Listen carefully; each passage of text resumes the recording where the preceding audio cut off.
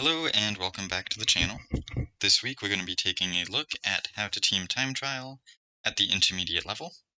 This is going to build on the beginner level that we covered a couple weeks ago. The focus this time will be on rotation and pacing strategies, whereas the beginner level was focused on just getting you into the races and being able to start. So we're going to run through this PowerPoint real quick. It's just the easiest way for me to be able to demonstrate how the rotation happens and show you how pacing is figured out. And then after that, we'll move on to some actual team time trial race footage so that you can see it applied in an actual race. So to start with, the beginner level was just focused on making the blob for the pacing and the rotation strategy. So you had the red rider at the front and all of these riders behind who get the draft benefit. And then when the rotation happens, the rider that's next in order could be any of these riders. Doesn't matter, they don't have to be the second, they could be the last, they could be in the middle like the orange rider. They just rotate through. You see this little breakup happen with the riders here. And then after the rotation is completed, then everyone kind of comes back together to form this group. However, that breakup, where everyone's kind of separated for a couple seconds, is going to slow things down. So at the intermediate level, you're going to look at starting to include secondary riders in how you're doing your rotation. So one of the easier ways to do this is by including a sweeper. There's also the secondary pole position, secondary and a sweeper, frontal surging, or primary decline methods. Primary decline is my preferred method personally. These are just the names that I've given them. Different groups will use different things, but that's what we're going to be referring to them as in this video. So the sweeper method involves having an assigned rider who will drop off the back of the group a little bit in order to catch riders that are coming off of the front when they end their pull. So you see it here as the orange rider comes forward, the red rider comes off, the purple rider is going to drop backwards to catch that red rider and pull him back towards the group. What this does is it allows the red rider to drop their power more significantly to give the orange rider an easier way to get onto the front. Since the red rider won't just completely fall out the back, they will have to start increasing their power as they start to move backwards through the group, but that purple rider will be responsible for dropping to make sure that they maintain the draft and are able to get back into the group. Normally, it's one rider assigned to this position, so you'll see it again here, where the yellow rider comes forward, orange rider comes off the back, purple catches him, brings it back to the group. Some teams will rotate who is the assigned last rider, though. So in some cases, you might see the red rider being the sweeper for the orange rider as the orange rider comes off. The secondary pole position is the next option. So you'll see here that the red rider is in front, they're the primary pole. The orange rider here is going to be your secondary pole, and then there's the group behind that. When the red rider comes off the front, the yellow rider will follow the orange rider and become the secondary pole position.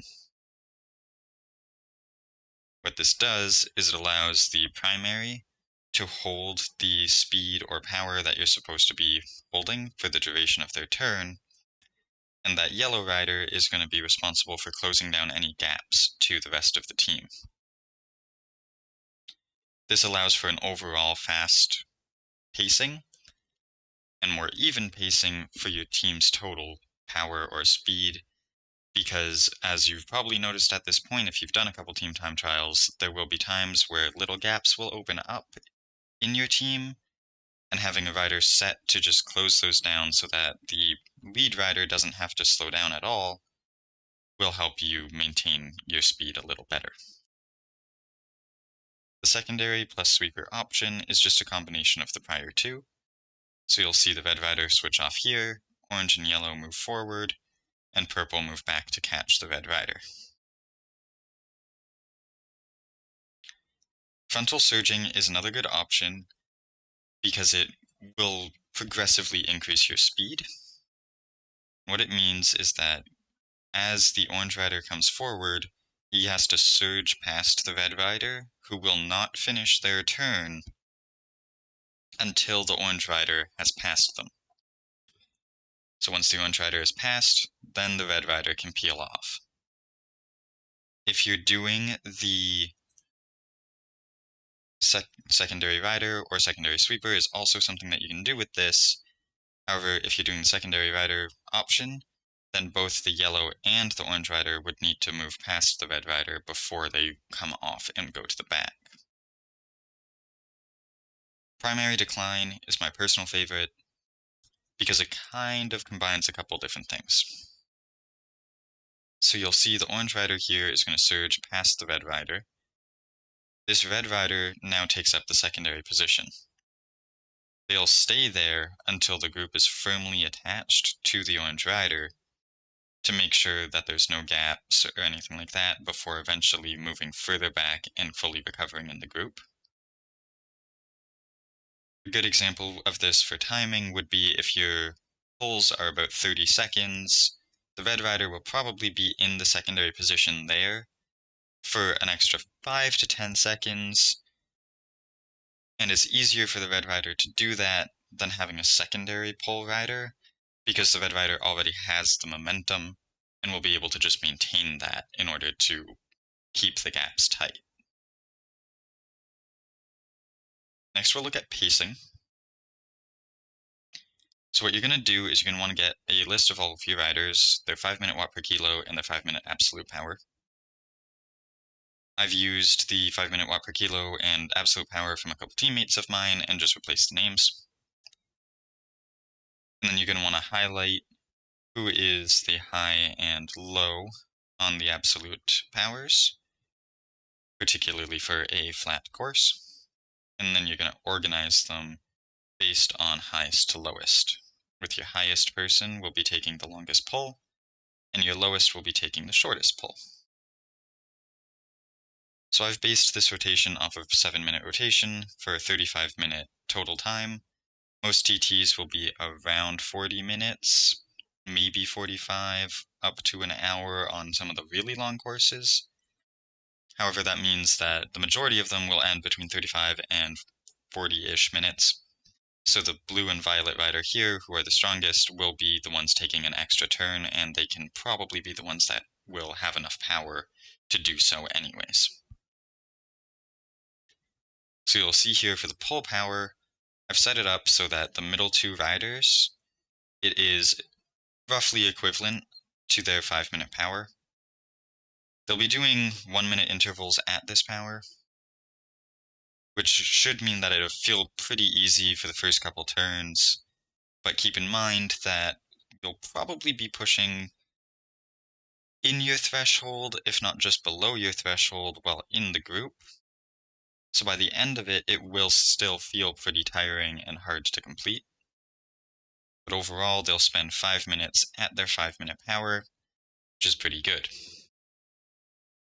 The higher power riders is pretty easily doable. The blue rider has a 456 watt 5-minute absolute power.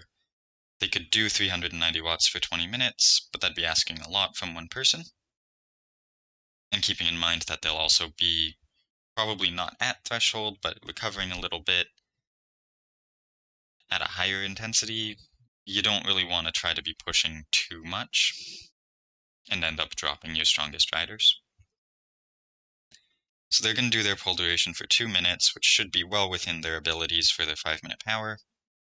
They also have less recovery because of how the rotation works.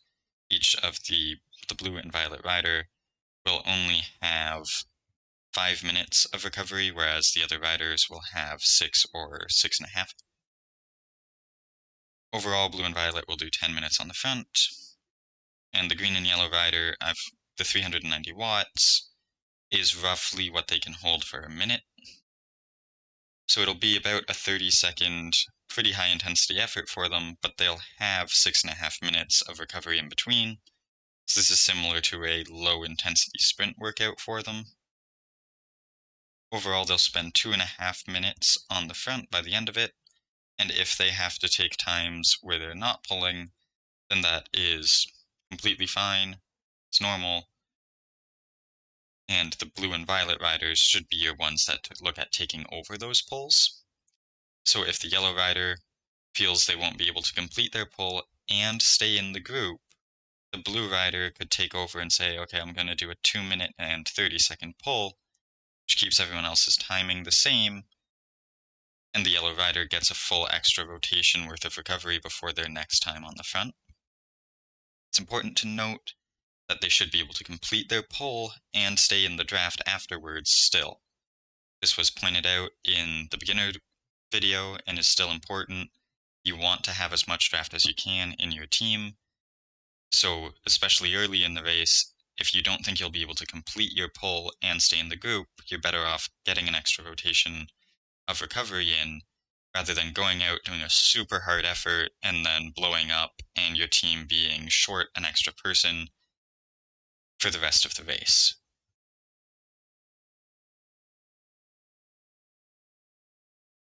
The pacing looks pretty similar for the climbing race. There we go. So for the climbing pace, you're going to base it on 5-minute watt per kilos. The yellow rider is the highest, green rider is the lowest. You'll see here that we've kind of skewed it more to fit in line with the lower riders. Orange is 5.41 for their 5-minute power, and 5.4 is the pull power for everyone. This is because there's less draft benefit on the climbs, so it will be harder on everyone to stay in that group. And you'll see again 30-second, 1-minute, or 2-minute rotation times based on what their 5-minute power is. And then same deal, 35-minute lap time, or race time, 7-minute rotation period. And again, you want to err on the side of caution for a climb on the pacing, just because it can be quite difficult on everyone because there is less draft benefit. It's a good thing to point out at this point as well that in the case of the flat race, if there is a singular climb that's about 30 seconds to 1 minute in time, this yellow rider would be a good person to assign as just pulling on that climb, as they have the highest watt per kilo 5-minute power and could lead the team up that climb and over, allowing everyone else to get some draft benefit on the climb. This means that they'd still only be pulling for their 30-second to 1-minute power, but only at that one specific section of the course. So now let's look at some race footage. So this is a team time trial from a couple weeks ago. And you can see here that I am supposed to be in the second position. There's a bit of a gap going off to Doyon, who's on the front, and I need to work to close that down. So he's doing exactly what he should. He's not slowing down his pull power. We were supposed to be pulling between 4.5 and 5 watts per kilo. This was the beginning of the race, so everyone was pretty fresh, so we're going to be trying to pull at the higher end of that right now. And you can see as we catch up, my pull was starting at 1 minute and 25 seconds. And you can see I go right around him. In the right-hand column, you can see I'm going to hold around 4.9 to 5 watts per kilo. It doesn't matter to me that my teammates are kind of getting slingshot around me coming through this descent. I am the lightest rider, I believe, on this team. And it's going to mean that anytime we're going downhill, they will get a little bit of a benefit. We also increased the speed quite a bit in order to close down that gap. And here you'll see my turn ending at 2 minutes. The next rider takes over from me. I'm going to stay up there, make sure that gap is tight until his follow rider also gets around me going through this turn. And you see he's got around me. The group is still compact. Everyone's close together. I can sit back into the draft now. So this is a little bit later. This is Doyon's next turn. He gets around the current pole rider, who maintains his position a little bit. I'm able to increase my power a little more slowly, get up and around him, and we're still going to be close together. Everyone's still in the draft. This is the first time that we've done this, so the beginning of the race that I'm showing you here is the easiest way for me to show you it. It's pretty clear what's going on, but it definitely isn't as clean as it was by the end of the race. We did get quite a bit faster as we got a little more practice on it. And you can see that gap is closed down, we're moving up, everyone's close together, and then my pull is starting at quarter to 5 minutes. So I'm onto the front, and my follow rider is right behind me. Group's still compact together, and we're all good there. My pull is going to end here in a second or two, and again you're going to see the two people come around, and they stay together. So that was a pairing screen start that just came up. So we start from the pairing screen, we exit it, we're already going 350 watts. This allows most of our riders to get together pretty quickly. And you can see here that we have gotten together around the 15-second mark. We'll have everyone together and start the rotation. Right about there. Everyone's close enough together that we start the rotation as we come into this uphill. However, as we come into this uphill, I notice one rider falling back through the pack pretty quickly.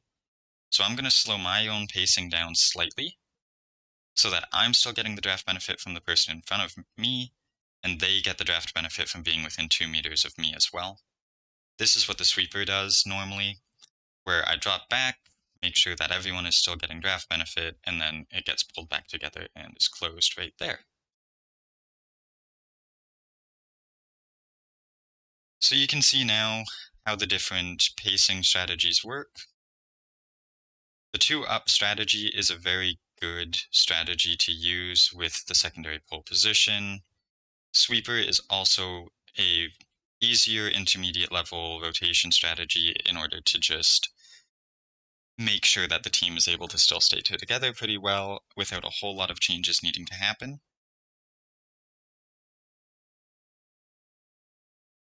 But that is everything you should need to know to improve your team time trialing ability. Let me know what rotation strategy or pacing strategy you and your team use in the comments below. As always, if you have questions, comments, or concerns, feel free to drop them down there. If you don't want to miss any more team time trial instructional videos, then hit subscribe, and good luck with your races.